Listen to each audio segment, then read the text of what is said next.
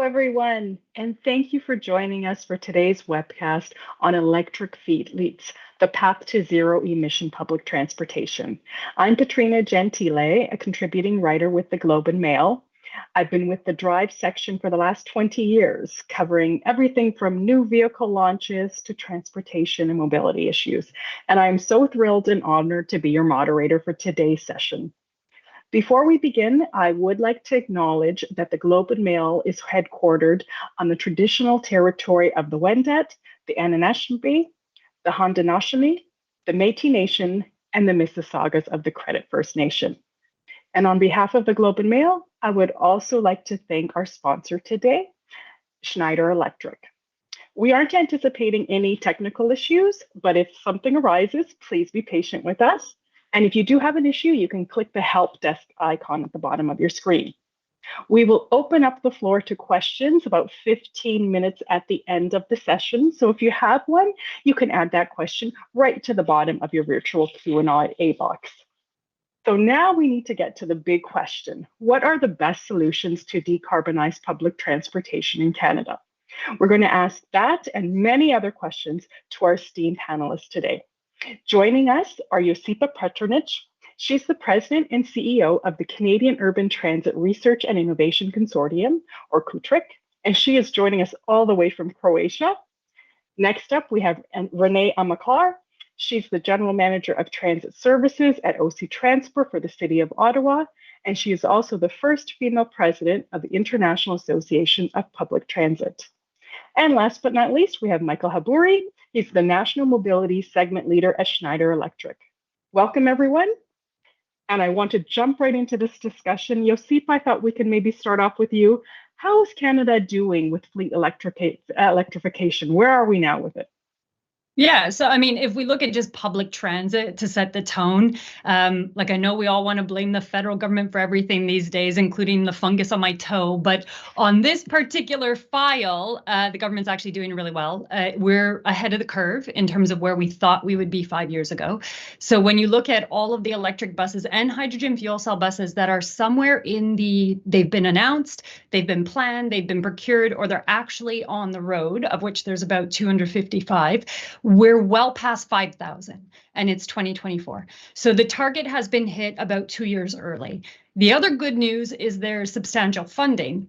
And if we had looked 5 years ago, everybody was talking about how expensive this stuff is. The funding came out the door with a couple of billions of dollars. It hasn't all moved out the actual door, but it has been committed there, giving the market signal, resulting in these 5,000 buses being declared and dozens of chargers and loads of depots being planned for overhaul. And the good news is there's now public transit funding that's declared as permanent post factum. So there's some line of sight for permanent funding, of which most will be ZEBs after 10 years from now. So it's a good news story. The challenge is that money isn't any longer the sole issue, complexity is. So where we are hitting the barrier now as Canadians is we've kind of hit that 5,000 mark of over 20,000 vehicles on the road in public transit. And we're hitting the really complicated world of now we need mixed green fleets. We need hydrogen that doesn't exist. We need depots overhauled and we're all behind on depot overhauls. And we need more transit, and yet transit vehicles are getting more expensive. So these complexities layered on top of an economy facing an inflation potential cutback in the fundamental program initiating all of this at the federal level with the change in government that may happen next year, those are the challenges we face. Good news story today would be a great news story if nothing changes, but is potentially a really challenging story 12 months from now. Mm-hmm. Well, I want to bring Renee into the conversation because OC Transport is sort of on the forefront of things when you look at different parts of the country. Renee, tell us a little bit about what's happening there when it comes to fleet decarbonization. Thank you very much. Oh, first and foremost, I would like to start by saying the best dream that I could have is transferring more people from their cars to buses, even if they are diesel buses. That said, we have a thorough goal here at OC Transport in Ottawa to convert our diesel fleet by 2036. We must go there with definitely 100% of our fleet. We have started, and we have started slowly, which is great because we have to take our time. We have to make sure that we are we are building the plane in the air, so we have to be careful. So we have started with the 4 New Flyers electric buses. We have converted one of our 4 garages to do so, and it's a lot of training for sure. It's a lot of learning, I would say, but with a lot of collaboration with peers, we definitely will reach our goal. And as I said, our goal is definitely to convert our 100% fleet by 2026.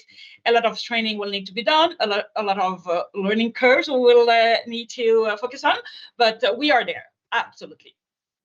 Okay, yeah, the very ambitious targets, and I do want to get into a lot of the, the other aspects, training, et cetera, but I want to bring Michael into the conversation as well.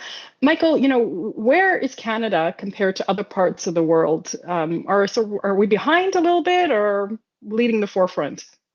That's a very good question, Petrina. The reality is, I do believe, and definitely, I think my colleagues here on the call will confirm, we're at the right pace. Are we the leader? I would say not. Definitely not. China started in 2010, so way earlier. It kickstarted around 2018, I would say, maybe in Europe. We usually were, 1, 2, 3 years behind whatever is happening in Europe, and Europe was a few years behind in China. But at this stage, I do believe we're at the right pace. We still have a lot. As you heard, Renee said that her targets is by 2035, some of them by 2032. There's a huge learning curve that transit authorities definitely will have to go through, the public and the private sector also, to adapt. So I wouldn't say that we're far, but we're almost there. And in parallel, there's a lot of new technologies coming in that is that might change even more that transition that we're going through. Specifically, if we talk about batteries, right? We can dive into this at a later stage, but the good news is we're on the right path. Well, let's talk about, before we get into some of the challenges, let's talk about some of the opportunities. Josipa, can you qualify some of the reductions in emissions that we can achieve? Yeah, for sure. I mean, I would say, and if I could add one comment, just Michael, where I'd add maybe not to be a Debbie Downer on the issue. I think we're on the right path. You're right, middle of the pack. Yes. We're middle power. It's the right place to be. But if I could add one note of critical notice, is it's almost all entirely pulled by the federal government. Like almost all of this initiative is pulled by federal government. Now, the cities are there with climate commitments and climate emergencies ready to leap on to the money, but it's a pull by the feds. So if that money disappears through an axe the tax equivalent at some point, it lands on provincial desks. And where we are behind, Petrina, is of our 10 provinces and 3 territories, not one has a full transit electrification plan. Quebec and BC are the furthest, but those billions of dollars of overhaul are going to land flat on the Minister of Transportation desks in 10 provinces, and not one of them is fully ready with a plan of action. So that's why I would say maybe a little bit of a Debbie Downer critical note on where we need to move really rapidly. Now, in terms of what we could achieve, to your question, Petrina, in most of the mid-sized cities we're looking at, so if they've got over 300 to 400 buses, mid-size and larger city, you're looking at transportation, public transit alone, very often being over 50% of the city's emissions.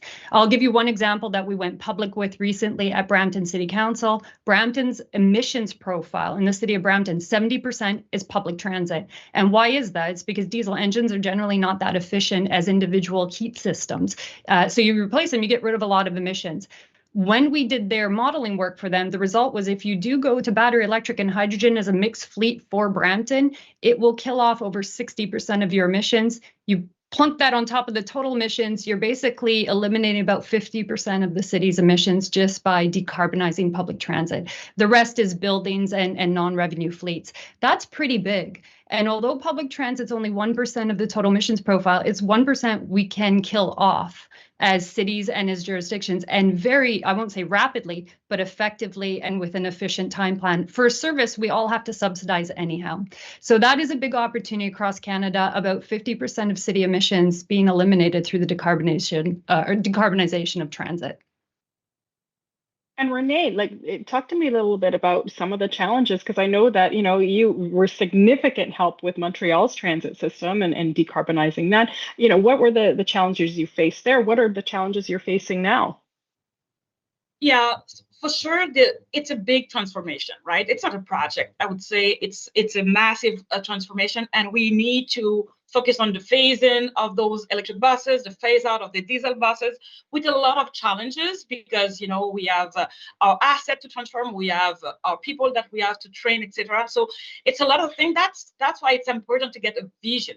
The vision is very, very important, and we need to keep that vision very close, because it's so easy to say, okay, I give up, but we cannot do that. It's important. We do that for the earth, we do that for our kids, etc.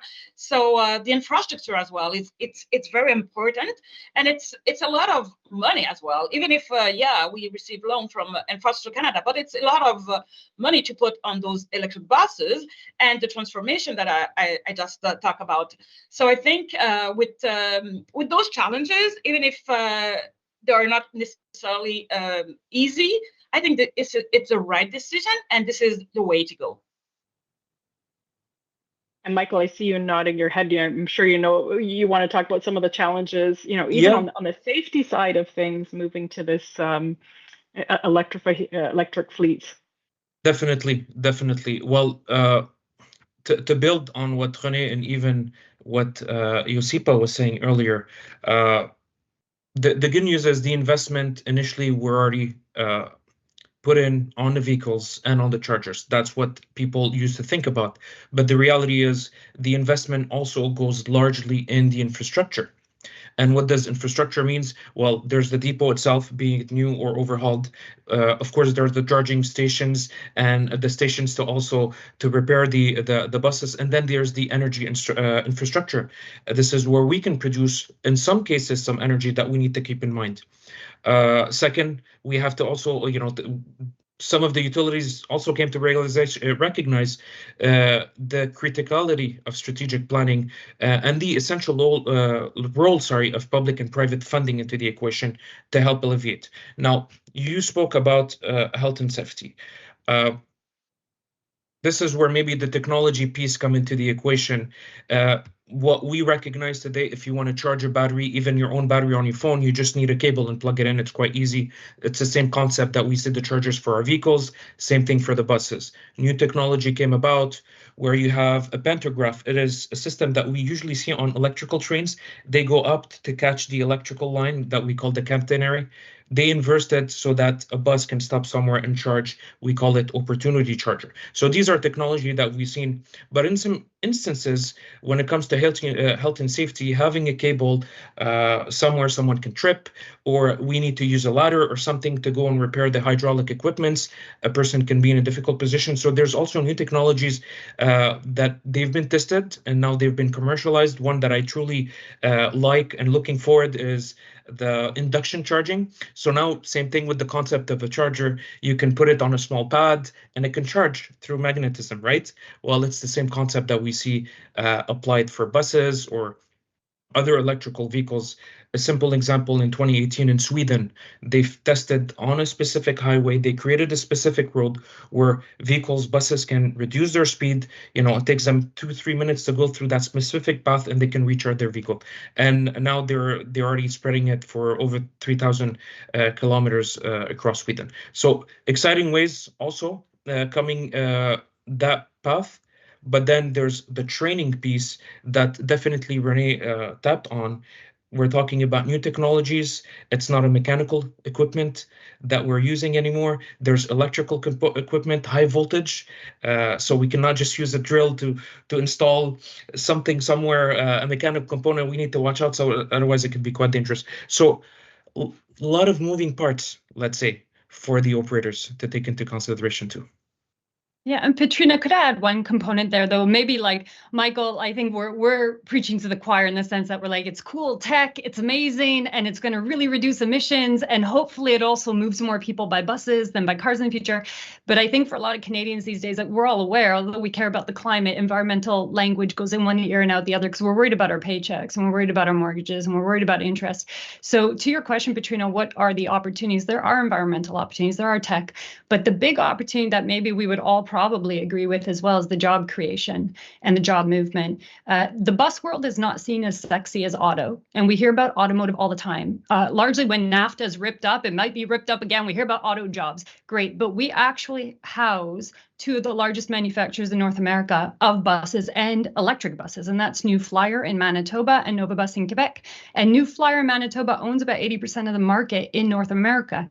So no longer is it just metal bending and kind of the jobs of metal bending around a dumb bus. This is high-end technology, and we have thousands of jobs already in the bus manufacturing sector. It's as sexy as automotive these days. And the kinds of jobs that Michael and Renee are creating at their companies or at the transit operation are no longer just bus driver jobs. They're high-end tech jobs and data jobs and high voltage jobs, like cool jobs that didn't exist before. So there's a huge job retention opportunity if this industry continues to move forward in the manufacturing footprint we have already in the country. There's a potential growth if you add in the Ring of Fire, battery manufacturing, that investment has happened, and you start linking those to the manufacturing sector in the heavy duty environment. And then you add in all the cool new tech jobs that transit and the tech firms have to hire. It's a jobs creation wonderland if in fact we pursue the opportunity through to the end. And Renee, what's needed for upskilling your employees and retraining them as we move and transition into this electrified world? Yeah, so for sure, we need this vision first, and then we have to make things happen, and we have to deal with service delivery on a daily basis and to move to this mega transformation, I would say. And we must think about the energy as well, because the electricity is not available everywhere and forever. So we must think about how we're going to make it happen when all of people will turn to the e-buses. So that's why I think when Josipa said we have to think about hydrogen as well. So this is something. So when that comes in mind to train our people, we have to think about, okay, this is my first stage. I'm going to convert the first half of my fleet, but what I will do with the other one, I'm not sure. Maybe I will go to the hydrogen. So I'm working with the UITP. It's a huge organization, and we are talking about that because we need to have we need to more options as energy matter. So we have to pay attention on that. So when times arrive to talk about training, it's very important to have that in mind. And that means maybe with my 4 garages, 2 will be dedicated to e-buses and 2 will be dedicated for hydrogen. So my vision on training need to be clear today, because I don't want to convert all of my garages and then to be forced to use a technology that I would prefer maybe to move to another one. So that's why I will insist today to say, have a clear vision, work with peers. It's so important. Don't do it alone. Call people, call friends, call us. We are here today for you, and use us. And it's an amazing transformation, and we have to learn together. And if we can share together, that will be fantastic. And Josipa, what are the powertrains like as we transition? We sort of see across Canada, it's different. So TTC in Toronto, hybrid electric, Montreal all electric, hydrogen and Edmonton Transit. What is the best way to make this transition? Yeah, actually, Renee already pointed to the fact that she's going to have a mixed green fleet by all likelihood. And I'm a big believer, mathematics and numbers don't lie. They can tell stories and we can make them tell whatever story we want, but they don't lie. And when we run the mathematics and the physics of the situation, we have found that in fleets where there's about 200 to 300 buses tends to be the break point, 200 to 300 buses and above, they're going to need mixed green fleets. So yeah, TTC has started with battery electric, but by no rules of physics is there a universe in which TTC can decarbonize without hydrogen fuel cell technology as well. That's the same for Brampton, it's the same for York Region, it's the same for Calgary, it's the same for TransLink. Large systems and mid-sized systems will need a combination of hydrogen fuel cell technology along with battery electrification. And that has to just come down to the physics of the routes, the demands, the interlining, the ruggedness, the 20-hour deployments, and then the fact you're layering on top sometimes with unionized synchronized schedules, which means drivers don't necessarily have these elongated break periods for recharging. So when you take that all into account, the physics, the math, and the economics, the powertrain technologies that are going to be the workhorses of decarbonization are battery electric and hydrogen fuel cell tech. But there is the reality of renewable natural gas. And the odd thing we have right now in Canada is federally, we recognize renewable natural gas as a clean fuel. And when you run it through the mathematics, it is net carbon, like it's carbon neutral. It is a very clean fuel, and you have the pipeline infrastructure. However, we don't recognize renewable natural gas on the infrastructure side. So you can't get $1 in money if you want to buy a CNG, like compressed natural gas bus, and put some renewable mixed natural gas into that powertrain. You can't get money for that. So that is a challenge. But if we look 10 years out to hit these targets and 20 years out by 2040, it's going to be battery electric, hydrogen fuel cell, renewable natural gas, and then to Renee's point, just smaller diesel and gasoline. Like you're going to have diesel and gasoline vehicles on demand, smaller platforms where they make more sense, in particular in the low density areas where they have to go really, really long without any return to base. That is basically what we're looking at in the transit industry. Michael, I see you nodding your head. Yeah. Before jumping on that specific point, I want to build on something Josipa said earlier about the industry not being sexy. I've been in it for more than 17, almost 20 years, and I haven't never left it. It's really an exciting one. It's evolving. It's the newer generation would say it's a great time to be alive, and it is, because this transition and believing in decarbonization is critical. And being in here, it's extremely exciting. So this is a message for the young ones. This is the place to be in the future. Now, to go back on the discussion regarding hydrogen. So in general, as I was saying, the technologies are evolving at a really fast pace. Having a mix is quite essential. Battery is a great solution. It will be a greater solution. The chemistry in the batteries are permitting more and more longer ranges for the buses to drive on our streets. So that is evolving. The type of chemistry I said right now we're using ion lithium, soon it will be sulfate lithium, and in the future sodium.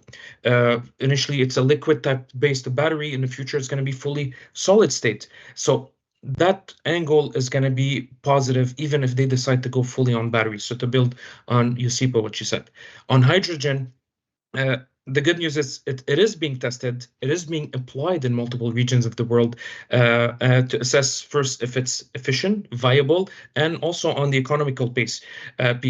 Is this coming there? We're almost there.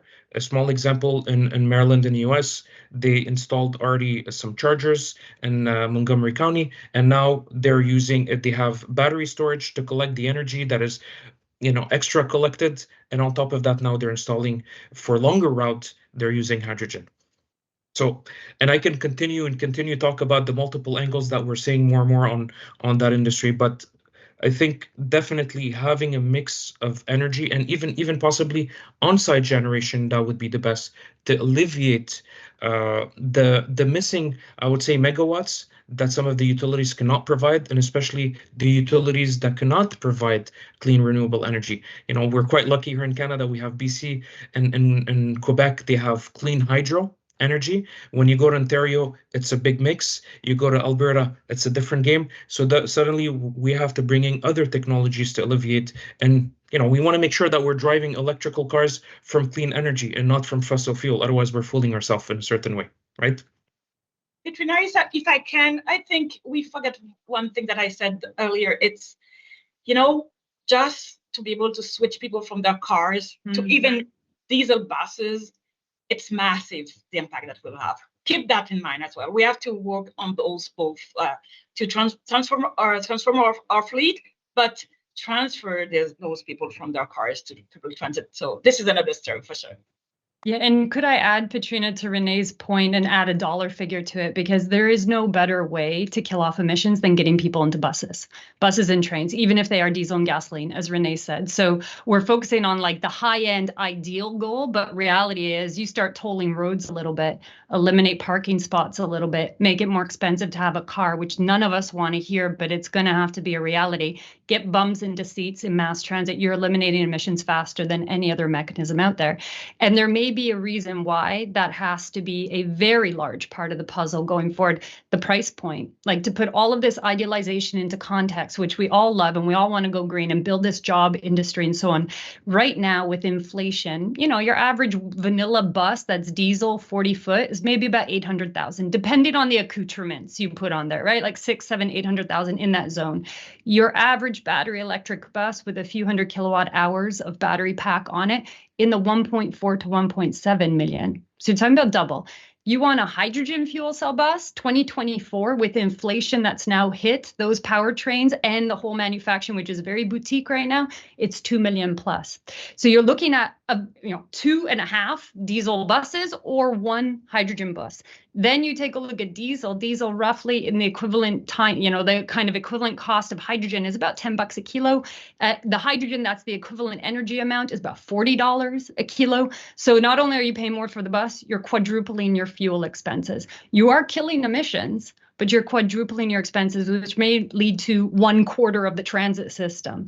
On the flip side, at least one of our manufacturers, Nova Bus, has declared they won't make anything but electric buses after 2026, because to Michael's point, Europe's gone that way. California is aggressively going that way. Even with a presidential change, it is not going to change anything in California's market, let alone the states that follow it. So the market has shifted. You just might not be able to buy diesel buses. They're cheaper today and available. You just may not be able to buy them in 2028, 2030. You might buy some and wait 4 years for it to get delivered. So there's a huge set of unknowns. Getting more people into transit any way, shape, or form is better for the environment. But the price points are no small issue to have to deal with in a really variable environment where it's unclear what those price points will be even 2 years from now.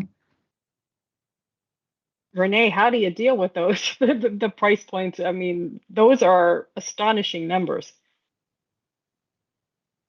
Yeah, for sure. I would say it's just maybe if you can clarify the question for me, please. You require, like, the one of the big challenges is financing this, you know, to increase your ridership when in so many areas people maybe don't want to take public transit. Sure. Yeah, how do you manage that? Thank you. Yeah, it's a huge challenge for sure. And again, I think we have to be frank with our customers. We have to be transparent. We have to tell them, listen, the money, you know, it's taxpayers' money, so we cannot do whatever we would like to. As a GM of OC Transport in Ottawa and as the president of the UITP, I would love to have high frequencies, a lot of buses, only dedicated lanes. Frankly, we're not there yet, but I think at least I promise things to the customers. I have to deliver what I promise. Maybe what I will promise will not please my customers, but at least if I can say, this is what I can offer you, and I'm committed to do so. So I think it's important to have this clarity, this transparency with our customers, and we need to work for sure with our government. The COVID again and again has hit us a lot here in Ottawa, particularly, I would say. And this is the chicken of the egg, right? No ridership, so no revenue, and we have to cut services. I'm not a fan of cutting services. I would love to be able to give a lot of services, but to do so, we need to work with our government. We need to work with stakeholders, with big companies here in Ottawa. Maybe they can, you know, just buy some monthly passes and stop paying parking for them, and they will maybe come and help us. And we have put in place here in Ottawa as well the payment, so people don't need anymore to buy passes because we are lazy. I'm a lazy person for sure. So let's take myself as an example. I don't want to watch the time, so I want to be clear that if the bus can pass every 2, every 3, 4 minutes, it's easy for me. I can grab a coffee, and I'm sure that I will not miss my ride, right? And if I can pay easily as well, I don't want to bother myself.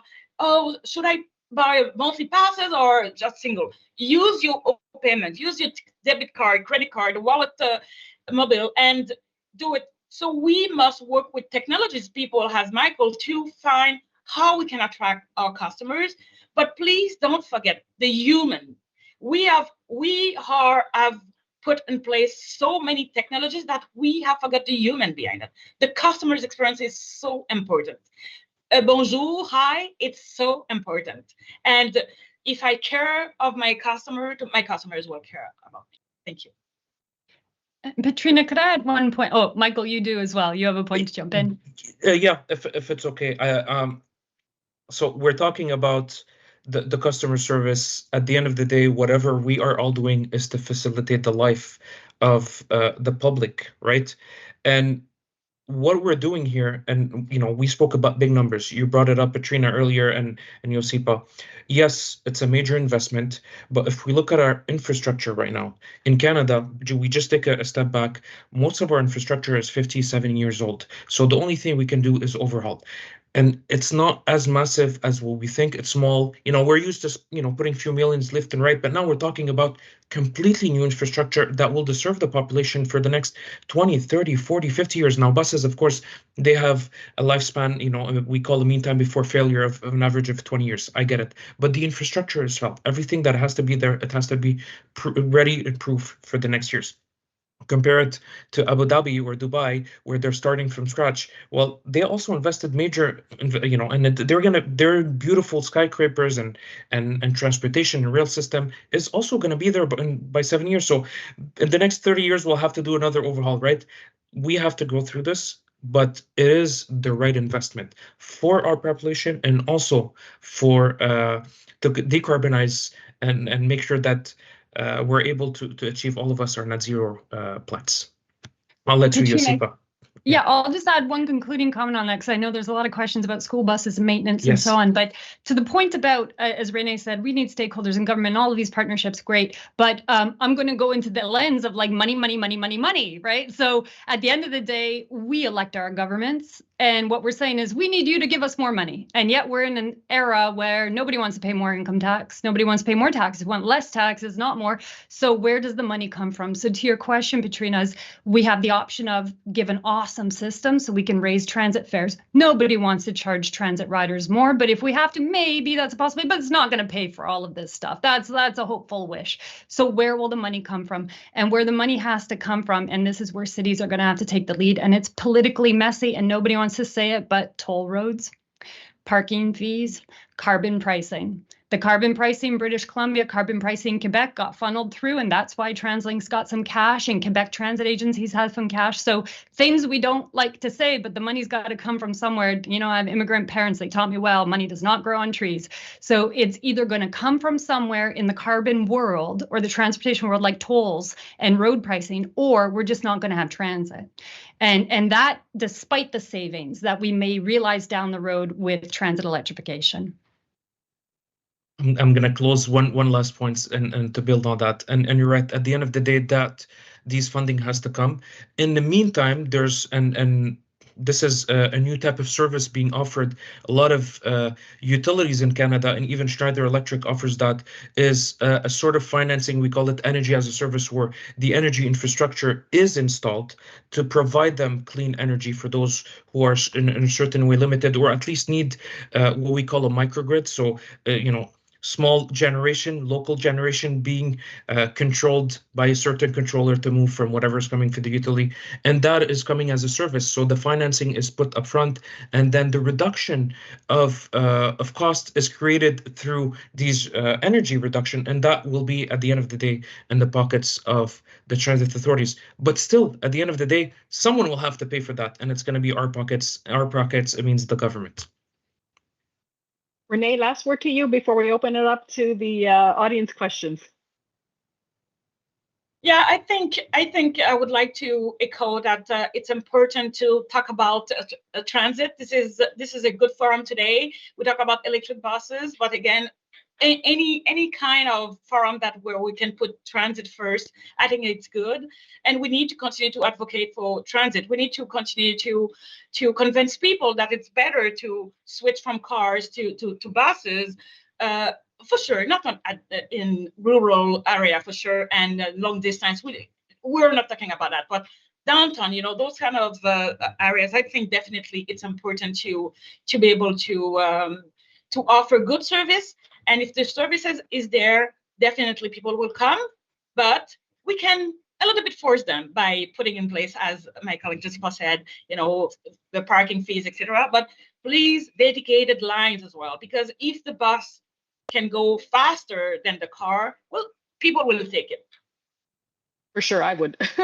All right, I want to jump into the questions because we have so many of them just coming in. Several viewers have actually asked about school buses. Many of those are diesels. Are initiatives happening there? Michael, do you want to tackle that? Yes, I'll start with the province in Quebec. I think a few years ago, and I might be wrong, I do believe by 2019 they started that initiative. A lot of fleets are forced by a specific timeline to convert to electrical buses. So that trend already started in Quebec, and I do hope, I do not know about the other provinces, so maybe Josipa, you do know well, but that already started. We decided as an industry to focus first on our kids, to put them in a clean environment. So that is a positive thing. We're quite lucky. We have local bus builder already present in Quebec. We have Line Electric in Saint-Jérôme, and we have Bluebird through Girardin, and they're producing these electrical school buses. So I can say definitely we're on the right path. And I do believe that the rest of Canada is following. Maybe Josipa, I'll let you build on upon that. Yeah, Michael, you get to be the good cop. I'll be the bad cop. I'm the positive guy here. So we definitely don't want our kids breathing in this toxic air right at their nose level. It's all horrific, right?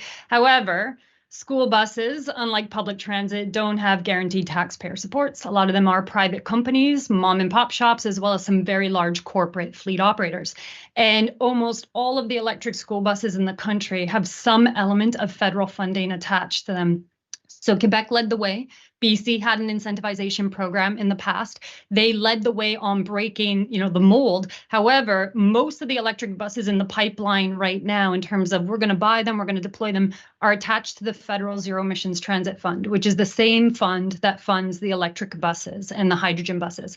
Most of that capital money has not been deployed yet. So it's been approved or it's in the pipeline, but it takes time to move these things through a government pipeline, and 4 years is usually not enough, which means if there is any change in that federal policy, if that policy comes under an axe the tax environment where it's axed, most school buses will not electrify. The vast majority in this country, because there's nothing to pick up the slack. There's no provincial program or equivalent that's going to offset the cost of the electric school buses, to the point that the head of Line Electric has gone public multiple times and said his own company is at risk of going bankrupt if those programs disappear. So this is how sensitive this market is, because there are not deep pockets in electric school bus operations. It's not some hugely profitable industry that every oil magnate wants to enter. Otherwise, we would have already. It's generally a low profit industry, and that means there are not deep pockets to transition without federal or provincial supports. So the good news is lots of positive trend lines. Even better news, we've created hundreds of jobs out of this in Canada. Hats off to Lion and Girardin. Like, these companies have done it. The bad news is it's very sensitive to federal funding. And the even worse news is there's a huge variation in potential theme post-federal election that may hurt or kill off that entire industry. That is a huge challenge for Canadian parents. So, Deepa, I want to echo you, and I'm going to be blunt a little bit. I will not support this kind of transformation for the school buses, because you know what? Those people need buses only during the peak hours, AM and PM. Are we going to put massive money on those buses, even if they will maybe cheaper to maintain? But I think the priority is not there. The priority is on public transit. If we set that priority properly, I think that will be very helpful, because now it's a fashion to say, oh, okay, we're going to convert all fleets, etc. But we don't have this money. So what if we just said, let's try to convert from diesel to electric buses for transit. Let's put our money there, and maybe we could take care of those kids as well, instead of having those massive buses sitting in the yard for nothing, etc. So I think we need to have this conversation, and we need to prioritize things before to move forward everywhere. And maybe, Petrina, if we could add a dollar figure to it, what Renee is indicating is like generally with school buses, as many parents know, they come, they pick up your kid, they drop the kid off, they go and pick up your kid at the end of the day and drop the kid off. And in between, they're generally idle. Now, if we magically tomorrow had a bunch of apps that allowed them to also be fleet delivery and like drop off your packages and be your Amazon delivery, maybe. But generally, when we're looking at like cost per kilometer for school buses, the economic narrative is very hard because they're just not used enough. Whereas for public transit, they're used like workhorses. They are like the cows in the farm that are, I'm not a farmer, so I don't know, what is the cow? The ox that pulls the cart. It's that equivalent of an analogy. They are often up and operational 20 hours a day, 18 hours a day, and really rugged conditions. So when you're then looking at cost per kilometer of transitioning, it pays itself off way faster in public transit. The same for any heavy duty fleet. And if we think about cars, your ability to pay off your Tesla or your Nissan Leaf is a lot slower than the ability of public transit or truck fleets to pay themselves off because of the rugged nature and the nonstop activity with which they are used on a daily basis. So that hopefully helps put into perspective what Renee has said. It's not the best dollar use case if electrification is our end goal or decarbonization. I'll take it from a different angle. Again, from the technology, and I'll be the optimist in all of this. With the amount of buses, be it on the transit, be it for school buses, or even electrical vehicles on the road, we're talking about suddenly these batteries they can also be energy storage. So now suddenly we'll have to work with the utilities. There has to be a new mode of communication between us, the consumers, the transit authority, the owners being of a private fleet, be it a truck or be it a school bus. That energy can also be brought back and going back and forth between us, because all of that, by the way, there's going to be short of energy. We cannot, it still goes to what Renee's saying. We need to decide where's the priority. We'll have to either ways electrify all of these mode of transportation. We're going to get there. But in the meantime, it's a huge transition, and we need to consider that whatever these technology that we're bringing to the market that are costing a lot of money, there's another way to also use them. And a big one is, again, like I said, is using them as batteries. Now, is it being leveraged yet? We're still at the early stages either ways. Even we don't believe we're at a rate place, we still have a lot of work being done on bringing these infrastructure and then possibly using them for a different purpose. Okay, I want to get to another audience question also related to costs. Are maintenance costs cheaper for electric buses than for diesel buses? That might offset some of the higher purchase price. Do you want to weigh in on that, Renee or Yousifah? Sure. Thank you very much. I would say it's a little bit too early to say that, and we need to continue to monitor. We need a bigger fleet to be able to have this conclusion. But for sure, there is no fuel consumption diesel. Okay, and I think if I'm not mistaken, we save 24,000 per year per bus on fuel. With our 4 e-buses, it's fantastic. But we will need to see, because for sure we will continue to change our tires, brakes, those kind of things. And this is where I think we have to take the opportunity to work with the stakeholders and other parties. We here in Ottawa have an agreement with CIB, the Bank of Infrastructure Canada, and we will be forced to try to get the saving with those buses, but we'll go on a baby steps to make sure that we do exactly what we have to do. And for sure, today I can say we can take as granted that they will be cheaper, but maybe not the first year. Don't forget the phase in, phase out. Don't forget the fact that at the beginning, we will need to have people who will be trained to maintain our diesel buses and the electric buses. We will not be able to have, the same person will not be able to maintain those different technologies. So those costs are important to take in account on the calculation, I think. But definitely, the engine is not important anymore, and we know it's very costly normally. So I would say that I'm a firm believer. I'm a positive person, so I think that it will be great. But I would say as well, don't do it for this reason. Do it for the other reason. we must do our part on this decarbonation. So this is the good reason. And then because we have so many good engineers and all of those people who work with us, so we can find how we can improve, how we can reduce the maintenance, and how we can have a better cost to purchase those buses and to maintain them. I think maybe Petrina, I'll add am I Debbie Downer? Okay, no, I'm not going to be Debbie Downer here. I'm going to just say a different kind of perspective, but allied to what Renee is saying, what we're seeing across the country, right? So Renee has lived experience in OC Transpo, and we've looked at and modeled out a huge number of systems across the country, large, medium, small, and then helped with the first deployments and then monitored, do they actually save money over the first 3 to 4 years? So on paper, the answer to the person asking the question is, on paper, by the laws of physics and energy and cost points, yes, definitely electricity as a propulsion fuel, and even electricity into hydrogen as a propulsion fuel can be, in some cases, cheaper. And on the electricity side, definitely is cheaper across the whole country. Even if you live in the highest cost electricity jurisdictions, it's still, on paper, bus for bus, cheaper on the fuel side. On the other stuff that could go wrong, the battery could go wrong, the power electronics could have a problem, the software is not upgrading, the pantograph's not connecting. We have found in the first 5 years, a lot of stuff goes wrong. It's new tech. So there are unforeseen costs because it's the first deployment and the stuff doesn't work. The pantograph doesn't deploy, the bus won't go, they won't talk to each other.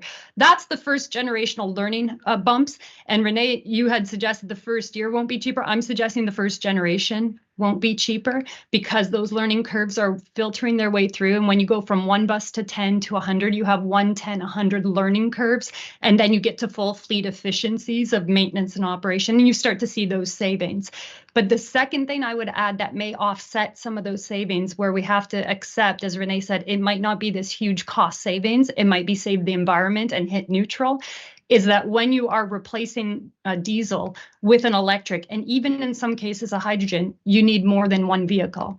So for every vehicle that's diesel, you might need 1.3 vehicles, 1.2 vehicles, 1.1, and the highest we've seen is 1.5.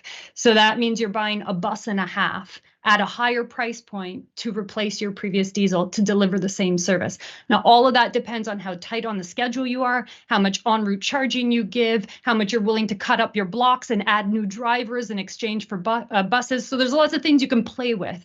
But at the end of the day, there's almost never a one-to-one vehicle replacement, which means you have more vehicles, which means more depot space, more real estate, more facility, more land. All of that goes into the cost. And so unfortunately, it's not as easy as it is cheaper than diesel electricity wise. That is true for an electric car owner. It's not as true when you're a transit agency and you have to package that with all the other stuff you have to buy to make it work. Still, within a generation, I believe those price points will balance out because electricity, the commodity, are not rising as fast as unpredictable fossil fuels, and because there's carbon pricing at the border, and because there's other punitive tariffs that may come into play if you don't decarbonize. Those things in tandem mean it may well and hopefully will be within a generation cheaper. All right, we have another question. At least one province, Quebec, has predicted an electricity shortage in 10 to 20 years unless generation build-out is accelerated. Also, the cost of electricity is predicted to rise over that same time. Given that battery electric vehicles and hydrogen storage will need large amounts of electricity to support, how do we see that transit environment becoming viable on a large scale? Michael, do you want to tackle that one? Yes, I'll top a piece on it. Well, right now, I think even if we talk about the Quebec province specifically, we're quite lucky already in Canada. We have an extremely, like Josipa said, our rates for electricity is already pretty good. And even if it rises, it won't be as drastic as what people do believe. Second, the provincial government are even starting to ask industry experts as to how can we alleviate and support and find and bring new innovative technologies to generate through other sources of energy until they're able to fully produce and generate that energy required.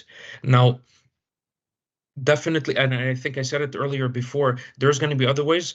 Possibly one day we're going to be able to produce our own energy. We're going to be able to have batteries in our home. So this way we can put few solar panels. When things go bad, we can collect from that. Already a lot of transit authorities are doing that. They're putting solar panels and battery energy storage to collect that energy. So this way, when there's peak demand, well, they're going to be able to collect it from these batteries. So from the technology side, definitely there will be solution to help. Now, if we talk about it again, Quebec, they're putting 1 gigawatt specifically on huge projects coming into the whole EV world. You know, we heard about Nordvolt; they're taking about 354 megawatt, etc., and other hydrogen projects coming up in the works. So we need to understand that there's also a lot of demand being requested. It's not that there's not enough, it's just the demand is increasing. And that demand will definitely continue to increase with more vehicles on the road. And to close that specific point, for us, and now removing my transit hat as a personal citizen of Canada, we need to think that having a car is not the right solution. And if you need to have a car, well, it will have to be electrical one day. And I do understand in Canada we like big trucks, but the bigger the electrical truck or bigger the car, the more batteries, the more it's going to be expensive. It's going to be pain. We need to think differently. We need to become a bit more European. We need to go on a smaller sizes, smaller packs. So this way we have less vehicles, less traffic, and it's going to be more economical if you do need that vehicle. If not, you need to leverage the transit. Maybe Petrina, Petrina. sorry, Jessica, I will be quick. I want to echo what Michael said, because you know what? François Legault is the prime minister, premier in Quebec, and if I'm not mistaken, he said by 2040 he will not allow people, constructors to have diesel or fuel cars. It will be only electric cars, but those cars will bring traffic anyway. We will not resolve the problem. We'll have just more. We will still have too many cars. We need to set a priority. We need to put the focus on transit, and it's the easy way to go there, because energy is not available everywhere. And in France, I have a lot of friends who are working for RATP in France, and it's nuclear. The electricity. We are very lucky in Quebec because it's clean electricity, I would say. It's not the case everywhere. So again, by putting people on buses, even if it's a diesel bus, it's better than having a lot of electric cars and trying to say, oh, I'm green. No, you're not green, because people will be stuck on the traffic and we will waste a lot of time. It's not productive at all. So we need to talk about our priority. We need to think strategically, and this is not the way to go. I don't think so. Again, we need to invest on dedicated lanes. We need to have more frequencies. We need to advocate for transit, and we need to put incentives in place so people will come. Let's try public transit, and you will see if public transit goes faster, people will come. Petrina, what I'd conclude on is maybe the narrative about the utility sector overall, because I do think that the person who posed the question is asking, like, do we even have enough electrons? And at the end of the day, in Canada, about 10 years ago, it was common to talk about surplus power. But even people in the industry knew that was a short-term dream. Everybody was able to map already at that time the degradation on the electricity system because of rising demand. So this is not a new issue, and transit or transportation electrification is not the sole cause of our grids not having enough power. And it is true in Canada with immigration rates that we have, more condos, more buildings, cities growing more intense, everybody has more TVs and appliances and electronics. This has been a long-term issue for the last 2 decades about us not having enough power. And so as Canadians, we're going to have to do what other jurisdictions have had to do sooner around resources like water, which is picking priorities. And in parallel building more energy. So we've seen in Ontario a shift from kill solar, kill wind to let's bring solar wind right back. Yeah, because we don't have enough power. In Hydro-Quebec and BC Hydro, Manitoba Hydro, lots of abundant power, except for reservoirs are dropping and climate change suggests that those drops will occur even more aggressively, so less power, which means as Canadians, we do need to do the hard work of spending dollars again, including dividends from profit-making electricity sales, as well as tax dollars into the infrastructure build out. But then we have to pick the priority. And I would put out there, like any emergency response and society going through transition, priorities are hospitals, schools, and transportation. These are going to have to be the priority lineups among others that we choose as a society. So therefore, transit and transportation electrification wouldn't drop off, but other nice to haves might have to while we go through the next generation of building up our electricity capacity back to a level that can sustain a zero carbon economy and society. Well, we have about 5 minutes left. I want to see if we can tackle one more question. This one comes from Western Canada. Here in Edmonton, our transit purchased 50 plus electric buses. My understanding is that many of these buses are in need of repair and not meeting our winter requirements. But unfortunately, the American company is no longer in business. This highlights the challenges on when and who to purchase new technology transit buses from. What is happening in the industry to reduce these risks? Renee, do you want to start us off on that? Absolutely, thank you very much. And I will talk about a little bit of the UITP, the Union Internationale des Transports Publics. It's a worldwide organization, amazing one. I had a chance with them to go to Shenzhen, and in 2017, and it was the first city who had 100% of their fleet electric fleet. Okay, and I was jealous for sure. So when I came back, I was at STM at that time. I've decided to buy some of them. They were not adapted for our climate. So we have to pay attention for sure. But I can say today, and I didn't receive any incentive to say that, but the 4 pilot that we are running, we have started to run them. I think it was February 2022. We have very good results. So the performance increase is very, very fast, and the technology continue to evolve. So we need to work with the industries to make sure that they can meet our goals, and it will depend where we will be for sure, because here in Ottawa, unfortunately, it's always cold. We have a lot of snow, freezing rain now, so it's not possible for us anymore to house our buses outside. So we have to think about something else. You know, we talked about cost earlier, but this is something else. You know, if you need a very nice garage to put those buses, it's another cost that you don't need actually for the diesel buses. So yeah, I would say I will stop here to give the floor to my colleagues, but yeah, definitely. Yeah, I'll add on the international front. So the question is, Proterra went bankrupt, and Proterra was a startup company from California, a bunch of guys who came out of the Tesla world, started up a made-to-build electric bus. They did the deed, they made the effort, pandemic came and nobody could pay the bills. And the way that transit works, it's not like the other manufacturers are that far behind either. They went through really difficult financial times, and most of them will tell you they're not out of it yet. And that's because unlike a car, in the transit world, you don't get paid until the bus is delivered and commissioned. So you have to build that whole thing, pay people, deliver it, commission it. That could take 2 years. So you can imagine how much cash companies were burning. Now, to the person who was raising the question, there's not an easy solution because the bus world is highly monopolized. There's very few providers. In Canada, there's really, for 40-footers, 3 companies you can buy from. One of the solutions is to start looking at smaller vehicles, smaller shuttles, smaller footprints, for which there are more manufacturers, but you're still talking about under 10 manufacturers. So one of the things that we'll have to look at is industrial policy as a country to protect those companies. And nobody wants to talk about corporate welfare, but we do it for automotive. We've done it for aerospace. We do it for oil and gas. If we're not going to allow more of those companies to go bankrupt or hit that financial wall, we really need industrial policy for best manufacturing. And I will conclude by saying cheap Chinese products will not save us. There are EV tariffs in Canada today for cars, and we might think, oh, there'll be a U-turn. There will not be a U-turn. Donald Trump, Kamala Harris, Justin Trudeau, and Pierre Poilievre have no intention of U-turning on Chinese tariff policies. And in a NAFTA new negotiation 2026, I do not believe that we are somehow magically going to see the end of a trade tariff war between the United States and China. So if that does not happen, we are not going to benefit from cheap Chinese goods.